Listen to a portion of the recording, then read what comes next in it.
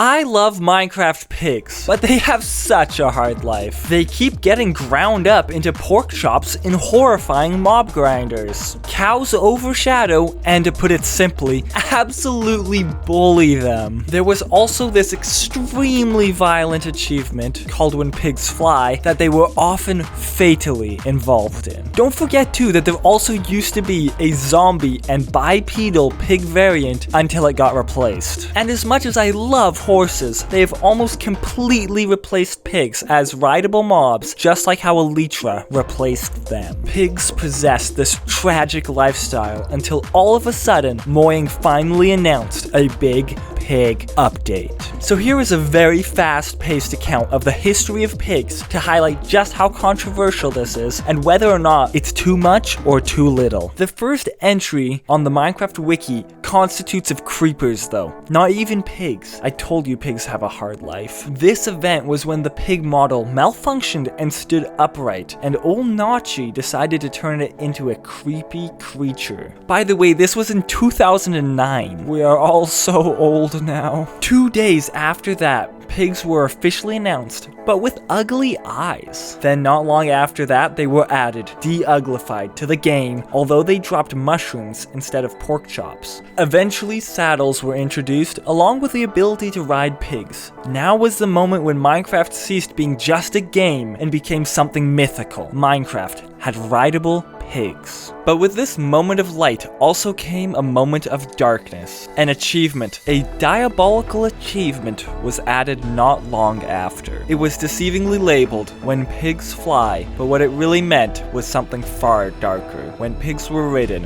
against their will, off of cliffs. The criteria of this achievement was simple: to cause a certain amount of fall damage to the pig while riding it. However, many players just saw this as an opportunity for sick and sadistic amusement, even when they already had the achievement. Next in the history of pigs, they became breedable with wheat. However, this only allowed players to make them even more expendable and drive even more of them off of cliffs. Eventually, they did change the wheat to carrots though. Nonetheless, the chances of their survival did not increase because now they drop pork chops, and pork chops are tasty. Also, a new horror was introduced, the carrot on a stick. Now you might think this was a good feature, but really it just expedited the process by which psychopathic players kept driving them cruelly off of cliffs. Oh, and another notable feature was that pigs could transform into their zombie counterpart, Zombie Pigman, if the insanely likely happened and they were struck by lightning, until they were lost forever. More on that later. A long time after players first started driving pigs off of cliffs, in 1.12, the achievement, When Pigs Fly, was finally removed, and thousands of Minecraft pigs, even real-life pigs, were saved. Just like how you can no longer feed cookies to parrots or fireflies to frogs because kids were doing it in real life and causing the deaths of countless animals. I just want to say thank you to Mojang because of how caring and wonderful they are. After this, pigs had no significant update for years. It appeared that Mojang had forgotten them until abruptly they announced something insane: 2 brand new pigs. The cold pig and the warm pig. But were these changes actually any good? Is this update actually a downgrade? Let's start by evaluating the designs. The cold pig is very fluffy, to the point that it almost looks like a sheep, and maybe even worse, a Minecraft movie sheep that isn't pink. Or it's just a Mangalica pig. The warm pig, in contrast, is very reddish orange, and bears similarities to a Tamworth pig. These designs are both perfectly fine, but they do risk looking a little bit too much like a texture pack. Also, they do bother me a bit as a Minecraft veteran. To me, Minecraft always had one singular pink pig. But then again, 10 years ago I thought they should have chicken variants, which they're actually doing by the way, so maybe I'll let them get away with it. However, there is one travesty that must be addressed: muddy pigs, which existed in Minecraft Earth before it was shut down because of that funny event.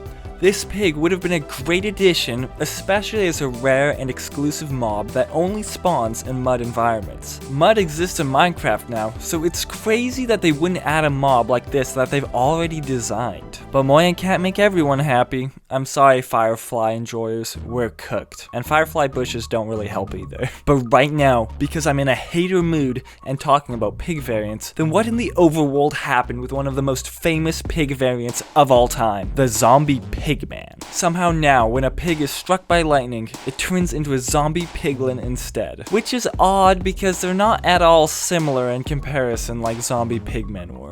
As much as I want to believe that Mojang is doing and is capable of doing great things for this beloved game, then how can I trust them after a betrayal like this, the total deletion of one of my favorite Minecraft mobs, and only to make the Piglin narrative fit?